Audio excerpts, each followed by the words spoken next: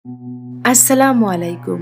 গ্রামের এক দরিদ্র পরিবারের একটি রাখাল ছেলের উপর দায়িত্ব পড়ে দেবীর বলির জন্য রাখা ছাগলের দেখভাল করার। সে চাইতো তার একমাত্র মেয়েকে পড়াশোনা করিয়ে শিক্ষিত করতে, কিন্তু গ্রামের নিচু বংশের লোকদের পড়াশোনা করা মানা। কিন্তু লোকটি হাল ছাড়ে না, সে তার লড়াই চালিয়ে যায় তার মেয়েকে স্কুলে পড়ানোর জন্য। এই জন্য সে গ্রামে রোশন হলে পড়ে উঁচু বংশের লোকদের। একদিন ছাগলের পাল থেকে হারিয়ে যায় সেই বলির ছাগলটি। উঁচু বংশের লোকেরা সিদ্ধান্ত নেয় ছাগলটি পাওয়া না গেলে লোকটির একমাত্র মেয়েকে বলি হতে হবে। লোকটি কি পারবে ছাগলটি ফিরিয়ে এনে নিজের মেয়েকে বাঁচাতে? নিজের সন্তান, পরিবার ও গ্রামের জন্য কি কি কষ্ট করতে হয় এক অসহায় বাবাকে, তা নিয়ে সাসপেন্স, থ্রিল ও টুইস্টে ভরপুর আমাদের আজকের মুভি পোর্টাল। 2024 সালে রিলিজ হওয়া মুভিটির IMDb রেটিং 8.7 আউট অফ 10। সাথে 90% গুগল ব্যবহারকারী মুভিটি পছন্দ করেছেন। মুভির শেষে অনেক বড় একটি ঝটকা রয়েছে, তাই শেষ পর্যন্ত না দেখলে আসল টুইস্ট মিস করবেন। তো চলুন ঘুরে আসি মুভির গল্পে। মুভির কাহিনী শুরু হয় দক্ষিণ ভারতের জঙ্গল ও পাহাড় ঘেরা একটি গ্রাম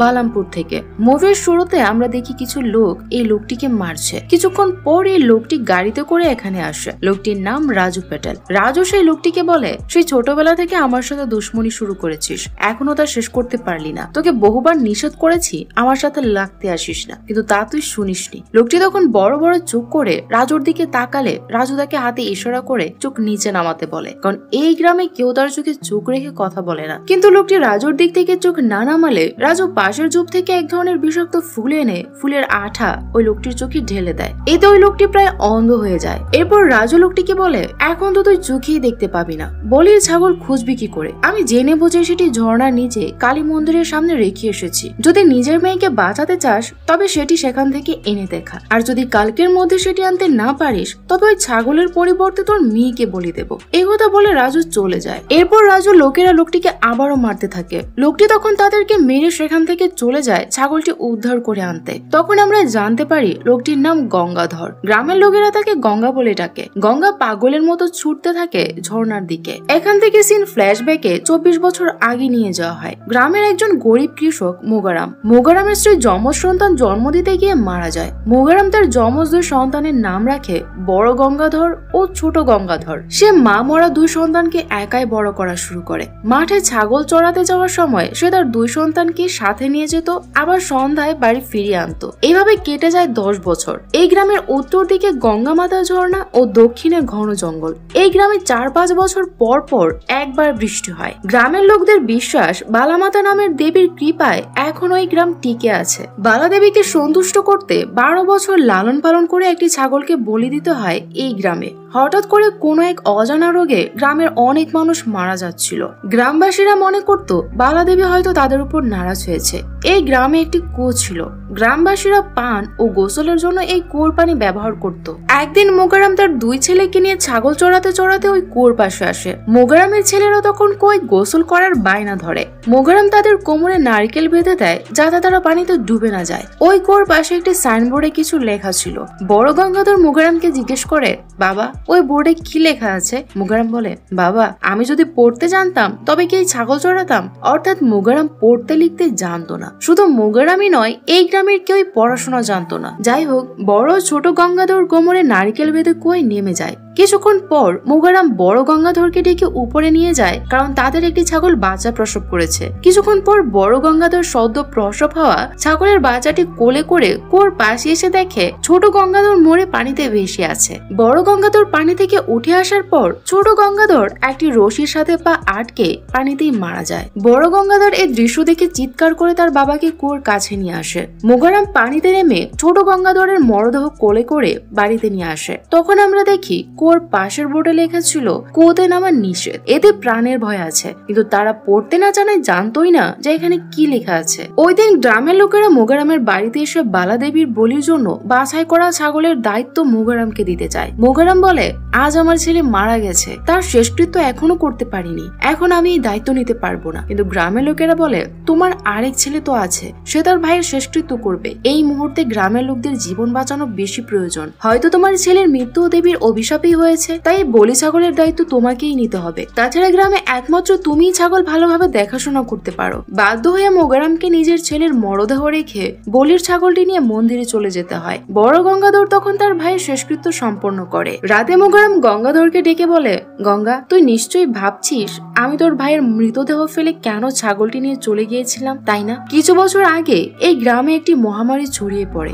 অনেক মানুষ এই মহামারীতে মারা যেতে শুরু করে। একদিন এই গ্রামের গ্রাম প্রধান বিজয় প্যাটেল স্বপ্নে দেখেন একজন দেবী তাকে বলছে, গ্রামের শেষ মাথায় যে বড় পাথরটি আছে তা আমি, আমাকে গ্রামে নিয়ে গিয়ে পূজা কর আর আমার সন্তুষ্টির জন্য 12 বছর লালন পালন করে একটি ছাগল বলিতে, তাহলে আমি তোদের গ্রামকে দেখভাল করব, সব বিপদ আপদ থেকে রক্ষা করব। এই স্বপ্ন দেখার পর বিজয় বাবু সেই পাথরটি গ্রামে নিয়ে এসে পূজা করে। তখন থেকে গ্রামে সবকিছু ঠিক হয়ে যায়। কিন্তু যে ছাগলটিকে 12 বছর লালন পালন করা হয় বলির জন্য, বলির 3 দিন আগে সে ছাগলটি হঠাৎ করে মারা যায়। এরপর থেকে গ্রামে আবার অঘটন শুরু হয়। সেই থেকে এই গ্রামে এখন পর্যন্ত আর বৃষ্টি হয়নি। কোন এক অজানা রোগে অনেক মানুষ মারা যাচ্ছে। এই জন্য এই ছাগলটি আমাদের শেষ সুযোগ। একে 12 বছর লালন পালন করে বলি দিতে হবে। তুই ভাবিস না যে আমি তোদের ভালোবাসি না। এরপর দিন শহর থেকে একজন বড় ডাক্তার গ্রামে আসে। সে গ্রামবাসীদের বলে, আমি জানতে পেরেছি গ্রামে কোনো অসুখ ছড়িয়ে পড়েছে, এজন্য পরীক্ষা করার জন্য আমি তোমাদের রক্তের স্যাম্পল নেব। গ্রামের লোকেরা বলে, এটি কোনো অসুখ না সাহেব, এ হচ্ছে বালাদেবীর অভিশাপ। তারপর ডাক্তার কয়েকজনের ব্লাড স্যাম্পল নিয়ে যাওয়ার সময় গ্রামবাসীদের বলে যায় যে রক্ত পরীক্ষার রিপোর্ট আসলে সে আবার গ্রামে আসবে। ডাক্তার শহরে ফিরে যাওয়ার সময় পথে মোগারামের সাথে তার দেখা হয়। সে মোগারামকে বলে, গ্রামবাসীদের কাছে জানতে পারলাম তোমার ছেলে কুয়োর পানিতে পড়ে ডুবে মারা গেছে। কুয়োর পাশে বোর্ডে পানিতে না নামার জন্য সতর্কবার্তা লেখা ছিল, কিন্তু তোমরা তো পড়তেই জানো না, তা জানবে কি করে? যদি পড়তে পারতে তবে তোমার ছেলে হয়তো আজ বেঁচে থাকতো। তুমি তো আর পড়তে পারবে না, তোমার এই ছেলেকে অন্তত স্কুলে পাঠাও, পড়াশোনা শেখাও। এই বলে ডাক্তার চলে যায়। এর পরদিন মোগারাম গঙ্গাকে নিয়ে স্কুলে ভর্তি করাতে যায়, কিন্তু স্কুলের মাস্টার গঙ্গাকে স্কুলে ভর্তি করাতে রাজি হয় না, কারণ এই গ্রামে শুধু উঁচু বংশ মানে প্যাটেল বংশের লোকেরা স্কুলে পড়াশোনা করে, নিচু বংশের লোকদের স্কুলে যাওয়া বারণ। সে গঙ্গাকে নিয়ে সারাদিন স্কুলের বাইরে অপেক্ষা করে, কিন্তু মাস্টার কিছুতেই গঙ্গাকে ভর্তি করায় না, কারণ সে গঙ্গাকে স্কুলে ভর্তি করালে তার চাকরি চলে যাবে। কিন্তু মোগারামও নাছোড় বান্দা। সে নিরুপায় হয়ে মাস্টার মোগারামকে বলে, প্যাটেল বাবু যদি পারমিশন দেয় তবে সে গঙ্গাকে স্কুলে ভর্তি করাবে। গঙ্গা তখন তার বাবাকে জিজ্ঞেস করে, বাবা, এই প্যাটেল বাবুকে? মোগারাম তখন বলে, প্যাটেল পরিবার এই গ্রাম ও আশেপাশের গ্রামের জমিদার ছিল, কিন্তু তার অনেক ভালো মনের মানুষ ছিল। তার প্রজাদের সুখ দুঃখে সবসময় পাশে থাকতো। এজন্য বালাদেবী তাদের উপর সন্তুষ্ট হয়ে তাদের শরীরে এসে গ্রামবাসীদের বিভিন্ন আদেশ নির্দেশ দিত। উত্তরাধিকার সূত্রে রাজু প্যাটেল এখন এই পরিবারের কর্তা। রাজুর বাবা, দাদা, পরদাদা সবার উপরে বালাদেবী আসলো, রাজু প্যাটেলের শরীরে কখনো বালাদেবী আসে না। এজন্য সে অনেক দুঃখী ছিল। ধীরে ধীরে সে বড় হয়ে যায়, কিন্তু তাও সে বালাদেবীর বর পায় না। এদিকে দেশ থেকে জমিদারি প্রথা বিলোপ হয়ে যায়। সরকার জমিদারদের সব জমি কৃষকদের মধ্যে ভাগ করে দেওয়ার আদেশ জারি করে। সমাজে উঁচু নিচু প্রথা বিলোপ করে সবাইকে সমান হিসেবে স্বীকৃতি দেয়। গ্রামবাসীরা তখন রাজু প্যাটেলের কাছে এসে তাদের জমি ফেরত চায় এবং তাদের সন্তানদের স্কুলে ভর্তি করানোর কথা বলে, কিন্তু রাজু প্যাটেল নিজের বন্দুক দিয়ে গ্রামবাসীদের ভয় দেখিয়ে সেখান থেকে তাড়িয়ে দেয়। তার এখানে কাজ করত পূজা নামের এই ছোট্ট মেয়েটি। গ্রামবাসীদের ভয় দেখাতে রাজু পূজাকে এক চর বসিয়ে দেয়। রাজুর স্ত্রী তখন রাজুকে বলে, আপনার পূর্বপুরুষরা মহৎ আত্মা ছিল আর এর জন্যই দেবী তাদের দেখা দিয়েছিল, আর আপনি নিচু মনের মানুষ হওয়ায় দেবী আপনাকে দেখা দেয়নি। এই কথা শুনে রাজু তার স্ত্রীর চুলের মুঠি ধরে ঘরের ভেতর নিয়ে গিয়ে বলে, ছোটবেলা থেকে দেখে এসেছি এই অঞ্চলে আমরাই রাজা আর বাকি সবাই আমাদের প্রজা। কেউ আমাদের সামনে চুপ তুলে কথাও বলতো না। কিন্তু একদিন একজন লোক বাবার কাছে আসে। লোকটি শহর থেকে পড়াশোনা করে এসেছে। বাবা তাকে সম্মান করে বাড়িতে নিয়ে এসে একসাথে বসে খাওয়া দাওয়া করে। আমরা যে গ্লাসে পানি খাই বাবা তাকে সেই গ্লাসে পানি খেতে দেয়। আমরা যে চেয়ারে বসি লোকটি সেই চেয়ারে বসে বাবার সাথে গল্প করে। সেদিন আমি বুঝেছিলাম যে যারা পড়াশোনা করে তারা আমাদের সমান হয়ে যায়। এজন্য আমি চাই না এই গ্রামে আমরা ছাড়া আর কেউ পড়াশোনা করুক, বুঝলি তুই? একথা বলে রাজু একটি জ্বলন্ত লাকড়ি নিয়ে তার স্ত্রীর মুখে ঢুকিয়ে দিয়ে তার জিহ্বা পুড়িয়ে দেয়, যাতে করে সে আর কিছু বলতে না পারে। সিন এখান থেকে গঙ্গা ও মোগারামের কাছে ফিরে আসে। মোগারাম গঙ্গাকে নিয়ে রাজু প্যাটেলের বাড়িতে আসে গঙ্গাকে স্কুলে ভর্তি ভর্তি করানোর অনুমতির জন্য। সবকিছু শুনে রাজু গঙ্গাকে তার হাতে গঙ্গা জল দিয়ে বলে বলির ছাগলকে এক্ষুনি এই পানি দিয়ে গোসল করাতে। গঙ্গা পানি হাতে নিয়ে চলে গেলে রাজু মোগারামকে বলে তোর এত বড় সাহস যে আমার আদেশ অমান্য করে তোর ছেলেকে স্কুলে ভর্তি করাতে চাস, আমাদের বাচ্চাদের সাথে তোর ছেলেকে একসাথে বসাতে চাস। মোগারাম বলে আমি তো অন্যায় কিছু চাইনি বাবু, শুধু ছেলেকে পড়াশোনা করাতে চেয়েছি। এই কথা শুনে রাজু মোগারামকে মারতে মারতে বেহুশ করে ফেলে। একজন লোক মোগারামের নিঃশ্বাস চেক করে রাজুকে বলে বাবু মোগারাম তো মারা গেছে, এখন কি হবে? রাজু তার রক্তাক্ত হাত ধুতে ধুতে বলে গ্রামে খবর দে যে রাজু প্যাটেলের উপর দেবী এসেছে, সবাই যেন মন্দিরে জড়ো হয়। ঠিক তখনই গঙ্গা সেখানে এসে মোগারামকে মাটিতে পড়ে থাকতে দেখে। সে বুঝতে পারে যে তার বাবা আর পৃথিবীতে নেই। একা অসহায় একটি 10 বছরের ছেলে কান্না করতে থাকে। ওই দিন রাতে রাজু শরীরে হলুদ মেখে শাড়ি ব্লাউজ পরে শরীরে দেবী ভর করা অভিনয় করতে থাকে। সে গ্রামবাসীকে বলে সে তাদের প্রতি অনেক নারাজ। গ্রামবাসীরা প্যাটেলদের জমি নিয়ে নিতে চায়, তারা প্যাটেলদের সাথে একই সাথে স্কুলে যেতে চায়, প্যাটেলদের সমান হতে চায়। দেবীর আদেশ হচ্ছে কেউ প্যাটেলদের জমির দিকে নজর দেবে না। প্যাটেলরা যে কুয়ো থেকে পানি খায় সে কুয়োয় পানির জন্য যাবে না, প্যাটেলদের সাথে একসাথে বসবে না। গ্রামবাসীরা যদি এই আদেশ না মানে তবে সর্বনাশ হয়ে যাবে। একে একে মোগারামের মতো সবাই মারা যাবে। অন্ধ অশিক্ষিত গ্রামবাসীরা রাজুর এই কথাকে দেবীর আদেশ মনে করে চোখ বন্ধ করে বিশ্বাস করে নেয়। তারা এটাও বিশ্বাস করে নেয় যে মোগারামের মৃত্যু দেবীর অভিশাপেই হয়েছে। এভাবে রাজু প্যাটেল গ্রামবাসীদের বোকা বানাতে থাকে। গ্রামে একমাত্র গঙ্গা ছাড়া বাকি সবাই রাজুর কথা বিশ্বাস করত। গঙ্গা গ্রামবাসীদের বোঝানোর চেষ্টা করত যে রাজু মিথ্যে নাটক করে তাদের বোকা বানাচ্ছে, কিন্তু কেউ রাজুর কথা বিশ্বাস করত না। বলি সেই ছাগলটি মোগারামের অবর্তমানে এখন দেখভালের দায়িত্ব পড়ে গঙ্গার উপর। গঙ্গা ছাগলটি ভালোভাবে দেখভাল করছিল।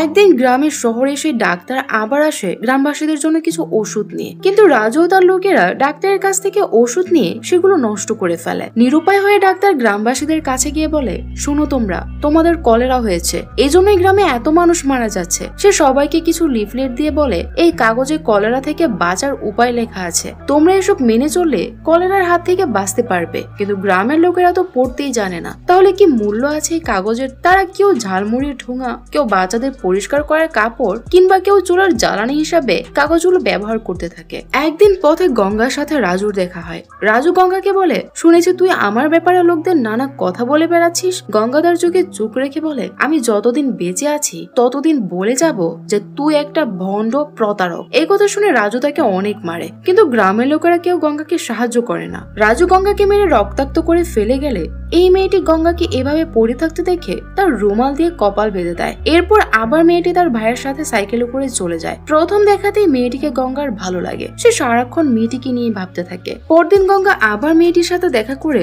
তার রুমালটি ফেরত দেয়। ওই দিন রাতে এলাকার মদের আড্ডায় মেয়েটির ভাই নেশা করে পড়েছিল। মেয়েটি তার ভাইকে বাড়িতে নিতে আসলে দিশা নামের এই লোকটি মেয়েটির সাথে অসভ্যতা করা শুরু করে। গঙ্গা তখন সেদিক দিয়েই যাচ্ছিল। সে মেয়েটির কাছে এসে তাকে সাহায্য করে তার ভাইকে বাড়িতে নেওয়ার জন্য। কিছু দূর যাবার পর গঙ্গা মেয়েটিকে তার নাম জিজ্ঞেস করে, কিন্তু মেয়েটি তার নাম না বলে নিজেই জেনে নাও। একথা বলে সে বাড়িতে চলে যায়। এদিকে রাজু খেতে বসলে রাজুর মা রাজুর স্ত্রীকে বলে কিছু খেয়ে নাও মা, এভাবে না খেয়ে থাকলে এবারের বাচ্চাটিও মারা যাবে। আমাদের পাপের কারণে এ পর্যন্ত সবগুলো বাচ্চা মারা গেছে। একথা শুনে রাগে রাজু তার স্ত্রীকে টেনে ঘরে নিয়ে গিয়ে মারতে থাকে। পরদিন আবারও গঙ্গা ওই মেয়েটির পেছন পেছন গিয়ে মেয়েটিকে পূজা বলে ডাক দেয়। মেয়েটি তখন পেছনে এসে বলে আমার নাম পূজা, তা জানলে কি করে? গঙ্গা তখন ইশারায় পূজার বান্ধবীদের দেখায়, অর্থাৎ গঙ্গা পূজার বান্ধবীর কাছ থেকে জেনে নিয়েছিল যে তার নাম পূজা। পূজা তখন বলে ভেবেছিলাম তুমি হাবলা, কিন্তু এখন দেখি স্মার্টও আছো, আবার সত্যবাদীও। এদিকে পরদিন স্কুলের মাস্টার রাজু বাড়িতে এসে বলে বাবু স্কুলের বাচ্চাদের জন্য কিছু কাঠের বেঞ্চ দরকার, মাটিতে বসে লিখতে তাদের অনেক কষ্ট হয়। রাজু তখন বলে ঠিক আছে ব্যবস্থা করছি। মাস্টার তখন বলে এবার আপনার বাচ্চা হলে 2টি পাখা চাইবো আপনার কাছে। একথা শুনে রাজু মাস্টার উপর খেপে যায়। সে মাস্টারকে ধমক দিয়ে বলে আর যদি কখনো আমার বাচ্চার কথা বলো তো তোমার ধর থেকে মাথা আলাদা করে ফেলবো। এতে ভয়ে মাস্টারের গলা শুকিয়ে যায়। সে রাজুর মায়ের কাছে এসে 1 ঘটি জল চায়। রাজুর মা তাকে মাটির ঘটিতে করে জল দিলে সে ডকডক করে জল পান করে। তখন সে ঘরে একটি মূর্তি দেখে রাজুর মাকে জিজ্ঞেস করে এটি কিসের মূর্তি? রাজুর মা তখন বলে এটি আমাদের খানদানি মূর্তি, আমাদের আজ যা কিছু আছে সবই মূর্তির আশীর্বাদে। ওই দিন রাতে গ্রামে বড় স্ক্রিনে মুভি দেখার আয়োজন করা হয়। গ্রামের সব নারী পুরুষ সেখানে মুভি দেখতে আসে। গঙ্গা ও পূজাও আসে। পূজার পাশে গঙ্গাকে দেখে দিশান সেখানে এসে গঙ্গাকে মারতে থাকে। পূজার ভাই তখন পূজাকে বাড়ি নিয়ে আসে। বাড়িতে এসে পূজার ভাই শানাক পূজাকে বলে, আমাদের বাবা মা মারা যাবার পর আমি তোমাকে আমার মেয়ের মতো আদর করে বড় করেছি। আমি তোমাকে একটা পাগলের সাথে দেখতে পারি না। তোমার জীবনটা আমি এভাবে নষ্ট হতে দিতে পারি না। তোমার প্রতি কি আমার কোনো অধিকার নেই? তোমার প্রতি কি আমার কোনো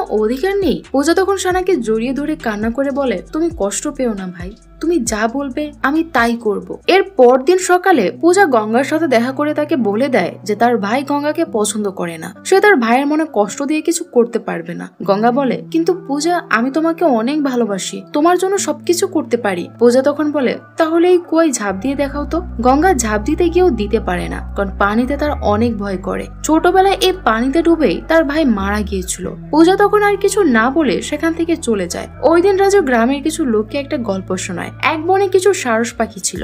খারাপ আবহাওয়ার কারণে তাদের সেখানে বাস করা কঠিন হয়ে পড়েছিল। এজন্য তারা সিদ্ধান্ত নেয় যে অন্য কোনো দেশে চলে যাবে, কিন্তু কেউ সাহস করে রওনা দিতে পারছিল না। অবশেষে একটা সারস উড়াল দেয় নতুন দেশে যাওয়ার জন্য। পাহাড়, মরুভূমি, সাগর পেরিয়ে সে যখন প্রায় নতুন দেশের কাছাকাছি চলে আসে, তখনই তার গায়ে এসে একটি গুলি লাগে, আর এতে সারসটি মারা যায়। এই গল্প থেকে কি শিক্ষা জানো? যারা জীবন বদলানোর আশায় উড়াল দেয় তারা মারা যায়, আর যারা সবকিছু শুনে চুপচাপ জীবন কাটায় তারা বেঁচে থাকে। রাজু তখন গঙ্গার কানে কানে বলে, উড়াল না দেওয়ার সাহস হচ্ছে এই গ্রামবাসীরা, আর উড়াল দেয়া পাখি হচ্ছিস তুই, আর গুলিকে করেছিল জানিস আমি। অর্থাৎ এর মাধ্যমে রাজু গঙ্গাকে বুঝিয়ে দেয় যে তার বিরুদ্ধে গেলে রাজু তাকে মেরে ফেলতেও দ্বিধাবোধ করবে না। এর কয়েকদিন পর গঙ্গা জানতে পারে যে দিশানের সাথে পূজার বিয়ে। গঙ্গা দৌড়ে চলে যায় পূজার বাড়িতে। গঙ্গাকে দেখে পূজা বিয়ের মণ্ডপ থেকে উঠে এসে বলে, তুমি এখানে কেন এসেছো? যাও, এখান থেকে চলে যাও। গঙ্গা বলে, আমি জানি তুমি স্বেচ্ছায় বিয়ে করছো না, চলো আমরা পালিয়ে যাই। দিশান তখন সেখানে এসে পূজার গালে এক চর বসিয়ে দিয়ে বলে, বিয়ের মণ্ডপ থেকে উঠে এসে তুই আরেকজনের সাথে কথা বলছিস? পূজা তখন বুঝতে পারে এর সাথে বিয়ে হলে তার জীবন তেনা তেনা হয়ে যাবে। সে গঙ্গাকে বলে, তুমি সেদিন বলেছিলে না আমার জন্য সবকিছু করতে পারবে, তাহলে একে মারো। দিশান তখন বলে, এ আমাকে মারবে? মার, আমাকে মার।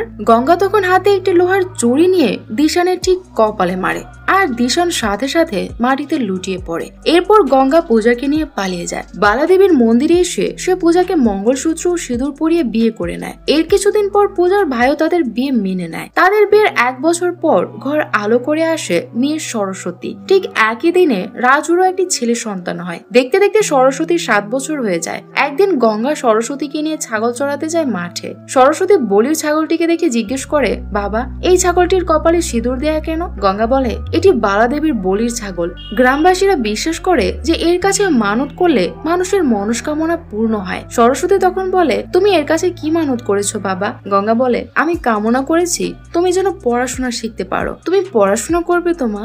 সরস্বতী বলে, হ্যাঁ বাবা, আমি পড়াশোনা করব। পরদিন মাস্টার মশাই স্কুলে যাওয়ার পথে গঙ্গা ও সরস্বতী তার পথ আগলে দাঁড়ায়। তারা মাস্টারের কাছে অনুরোধ করে যে সে যেন সরস্বতীকে পড়ালেখা শেখায়, কিন্তু মাস্টার কিছুতেই রাজি হয় না। এজন্য গঙ্গা ও সরস্বতী মাস্টারের পা ধরে পড়ে থাকে। অবশেষে মাস্টার গঙ্গাকে বলে, পাশের বন থেকে তাকে 1 বোতল মধু এনে দিতে হবে। সে যদি এটি আনতে পারে তাহলে সে সরস্বতীকে পড়াবে। গঙ্গা তো যে কোনো শর্তেই মেয়েকে পড়াশোনা শেখাতে রাজি। সে বনে গিয়ে মৌমাছির কামড় খেয়ে মাস্টারের জন্য 1 বোতল মধু নিয়ে আসে। বিনিময়ে মাস্টার পথের মাঝখানে সরস্বতীকে কিছু বর্ণ অক্ষর শেখায়। এভাবে কয়েকদিন চলার পর মাস্টার গঙ্গাকে বলে, ওই যে বড় পাহাড়টি দেখছো, সেখানে কালীকদম নামের একটি ফুল হয়। আমার স্ত্রীর এই ফুল খুব প্রিয়, তুমি আমাকে ওই ফুলটি এনে দাও, তাহলে তোমার মেয়েকে আরো পড়াবো, না হলে আজকে শেষ। গঙ্গা সেই ফুল এনে দিতে রাজি হয়। সরস্বতীকে দাঁড় করিয়ে রেখে গঙ্গা অনেক কষ্টে সেই পাহাড়ের উপর উঠে, আর উঁচু পাহাড় থেকে বহু কষ্টে সে ফুলটি ছিঁড়ে আনে। আসার সময় পা ফসকে সে নিচে গড়িয়ে পড়ে।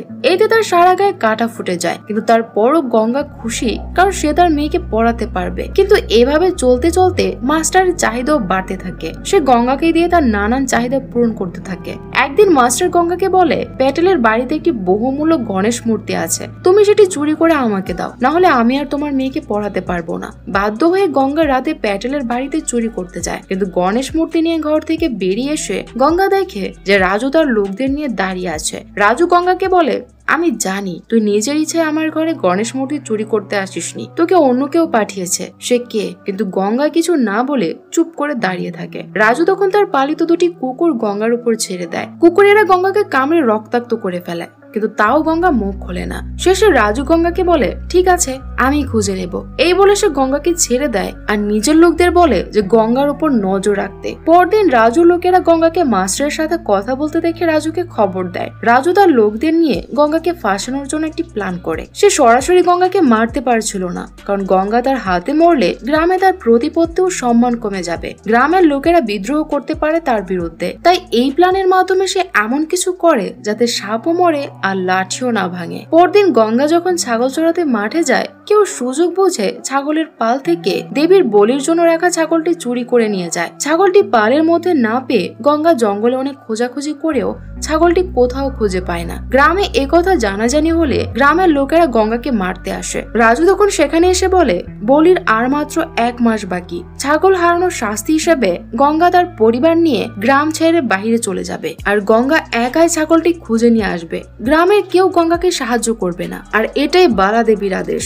এরপর গঙ্গা পূজা ও সরস্বতীকে নিয়ে গ্রামের বাহিরে গিয়ে একটি ঘর তৈরি করে সেখানে থাকতে শুরু করে আর প্রতিদিন জঙ্গলে জঙ্গলে ছাগলটি খুঁজতে থাকে। এর মধ্যেই একদিন রাজু লোকেরা মাস্টারকে ধরে নিয়ে যায়। রাজু মাস্টারকে বলে তোর সাহস কি করে হয় আমার বাড়ি থেকে মূর্তি চুরি করতে লোক পাঠাতে? মাস্টার বলে আমার ভুল হয়ে গেছে, আমাকে ক্ষমা করে দিন। রাজু বলে কিন্তু গঙ্গা তোর নাম আমার কাছে বলেনি। কেন বলেনি? তুই তার কি এমন উপকার করেছিস? মাস্টার আর কিছু না বলে চুপ করে থাকে।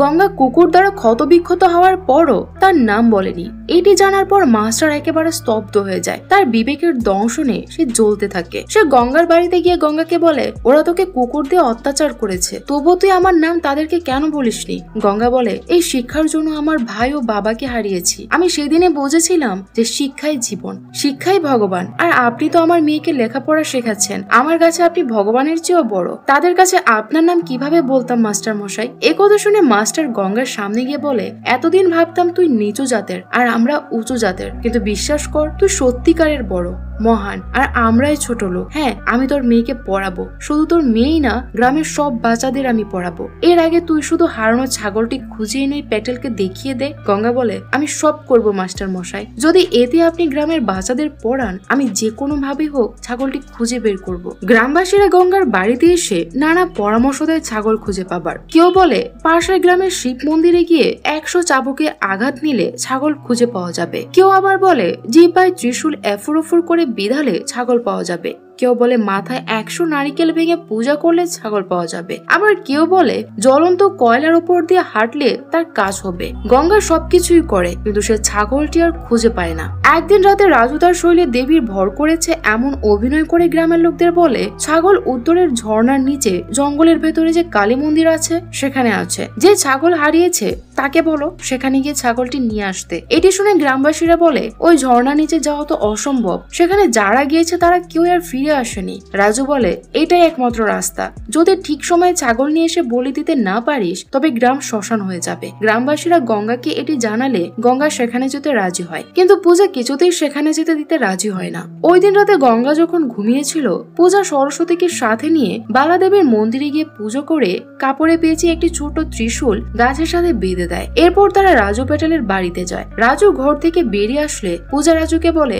আপনি কেন আমার স্বামীর পেছনে পড়েছেন? আমার স্বামীকে দয়া করে ছেড়ে দিন। রাজু বলে তোর স্বামীর জেদের কারণে তার এই দশা, তোদের জন্ম পড়াশোনা করার জন্য হয়নি, আমাদের চাকর হওয়ার জন্য তোদের জন্ম হয়েছে। পূজা তখন বলে প্যাটেল বাবু আপনার একটি রহস্য শুধু আমি জানি। অনেক বছর আগে আপনাদের বাড়িতে একটি ছোট্ট মেয়ে কাজ করত, তাকে কি আপনার মনে আছে? আমি সেই মেয়ে। আপনি গঙ্গার বাবাকে নিজের হাতে খুন করেছেন, তার একমাত্র সাক্ষী আমি। আর আপনি যে শৈলে দেবী আসার ভণ্ডামি করেন তারও সাক্ষী আমি। এটি শুনে রাজু পূজার পেটে এক লাথি মারে। তারপর রাজু লোকেরা মারতে মারতে পূজা ও সরস্বতীকে গ্রাম থেকে বের করে দেয়। পূজা কোন রকমের সরস্বতীকে নিয়ে বাড়ি পর্যন্ত আসে। পূজাকে এই অবস্থায় দেখে গঙ্গা পূজাকে জড়িয়ে ধরে কান্না করতে থাকে। পূজা গঙ্গাকে বলে আমি আমার মেয়েকে যে করেই হোক স্কুলে পাঠাতে চাই, ওই প্যাটেলকে উচিত শিক্ষা দিতে চাই। একথা বলে পূজা গঙ্গার বুকে অচেতন হয়ে যায়। গঙ্গাও পূজাকে ছুঁয়ে প্রতিজ্ঞা করে যে স্কুলে প্যাটেলের ছেলে পড়ে সে স্কুলে তার মেয়েও পড়বে। পরদিন গঙ্গা সাইকেলে করে সরস্বতী কিনে স্কুলে যাওয়ার জন্য গ্রামে প্রবেশ করলে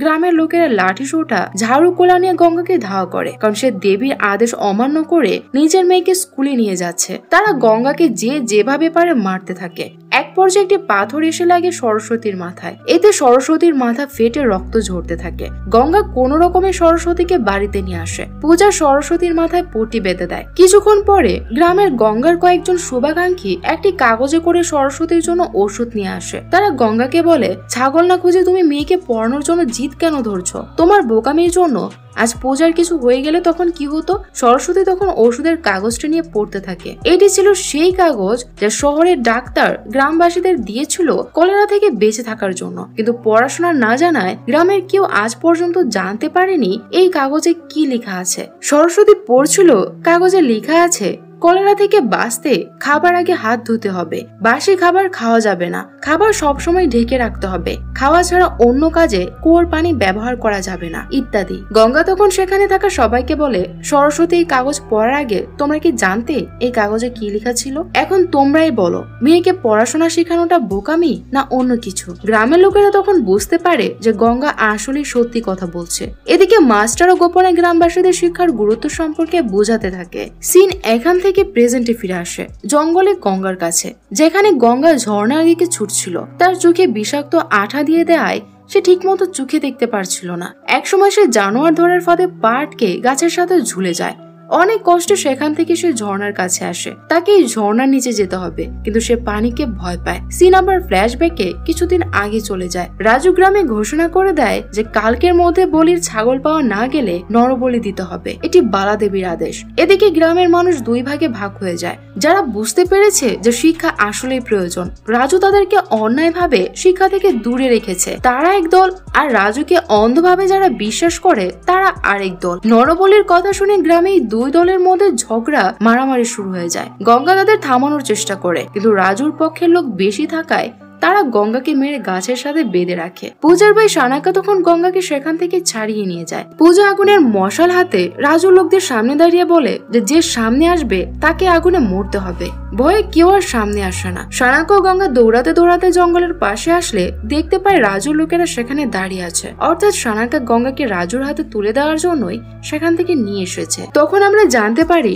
রাজু সানাকাকে ডেকে হুমকি দিয়েছিল যে সে যদি গঙ্গাকে গোপনে তাদের হাতে তুলে না দেয় তবে সে পূজা ও সরস্বতীকে মেরে ফেলবে। এই জন্য সে বাধ্য হয়ে গঙ্গাকে রাজুর হাতে ধরিয়ে দেয়। গঙ্গাকে ধরিয়ে দিয়ে ফেরার পথে সানাকা গাছে ফাঁস দিয়ে আত্মহত্যা করে। গঙ্গাকে ধরার পর কি হয়েছিল তা আমরা মুভির শুরুতে দেখেছিলাম। রাজু ও তার লোকেরা গঙ্গাকে মেরে তার চোখে বিষাক্ত আঠা লাগিয়ে দেয়। সিন আবার প্রেজেন্টে ফিরে আসে। গঙ্গার সামনে আর কোনো পথ খোলা নেই। সে ঝর্ণার উপরে পাহাড় থেকে পানিতে লাফ দেয়। সে যখন পানিতে তলিয়ে যাচ্ছিল তার মনে হয় তার ভাই ছোট গঙ্গাধর তাকে পথ দেখাচ্ছিল কিভাবে পানি থেকে উপরে উঠতে হবে। অবশেষে সে অনেক কষ্টে পানির উপরে উঠে আসে।